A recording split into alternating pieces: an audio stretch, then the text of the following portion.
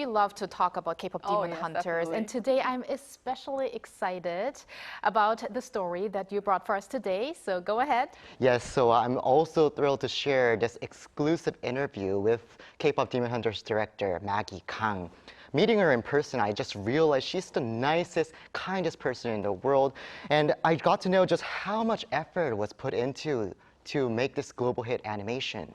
Well, I'm pretty sure there are just 3 people left in the world that haven't seen the movie yet. Let's first take a look at my interview, spotlighting her journey and even a sneak peek of what's next.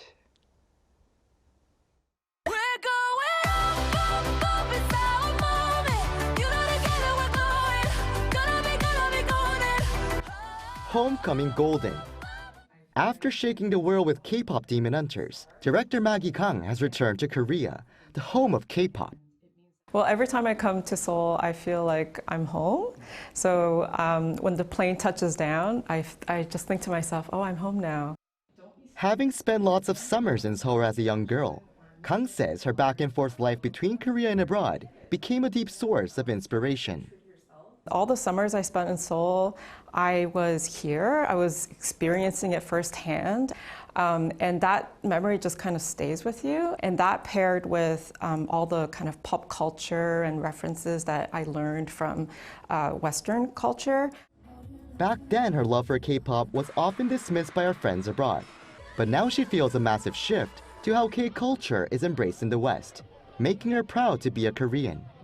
Well, when I was a little bit more insecure, I hid it from people. But the older I got, I knew that I've always just had this like strong Korean pride. And then to see Korean culture, now it's kind of unavoidable. You go to a fast food restaurant and there's like a gochujang flavor of chicken wings, completely accepted into mainstream.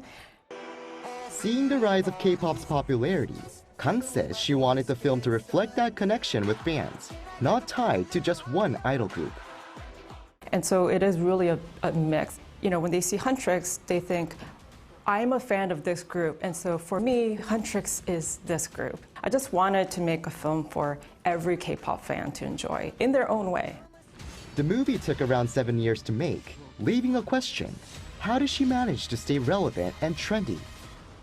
It's really about the story and really staying true to what the audience is going to connect with. From the very beginning, that was really set. It was all a culmination of everybody's like favorite things.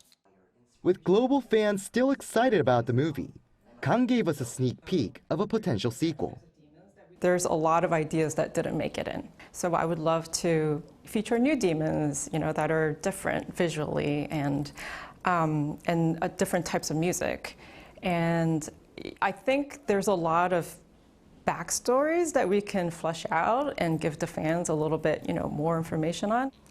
Can you give us a message for all the roomies outside watching that are struggling for finding their dreams and trying to pursue their career that they want? Stay true to yourself, and if you feel scared, you're probably doing something right. Once you create any work of art or put anything out there that's a part of yourself, that's what people want to see. That's what people connect to the most. At the end of the day, Kang stressed the film carries one true message: don't be scared of who you are. Echoing the lyrics of K-pop Demon Hunters' theme song, Golden. I'm done hiding.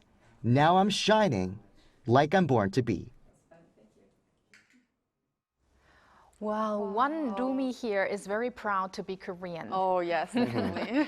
Well, I have to say it is really thanks to director Maggie Kang that she herself followed the message, don't be scared of who you are. That's why we are able to have met this masterpiece. Of course. But Kun-woo, do you have any interesting stories, behind stories to share from the interview with director Kang? I do, of course. I heard many fascinating stories with her, with the one-on-one talk with her. And she refers to all the scenes as her children and admitted that bringing them to life was far from easy.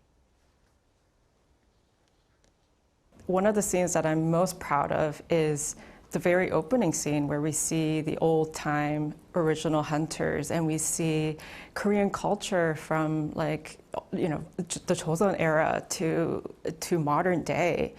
It's such a short moment, but for me, being someone who's Korean, it was just such an emotional feeling to like see our tradition just on screen.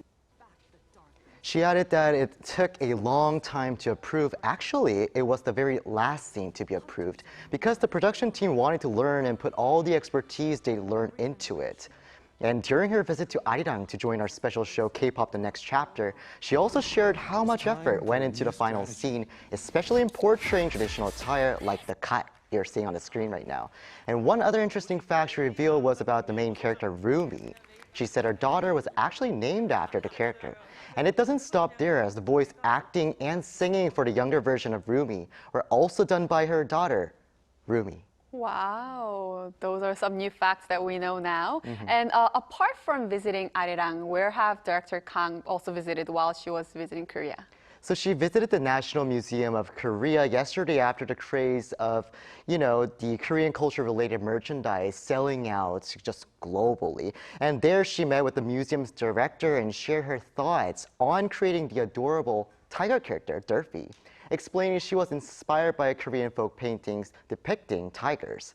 She's also attending a press conference in Yongsan today, right now at this moment. So I'll be bringing the highlights from the event in our nightly newscast later on. And I'll make sure to tune in. Thank you very much, Kun-woo, for that. And I also want to say thank you to director Maggie Kang. Thank you, Kun-woo. Thank you.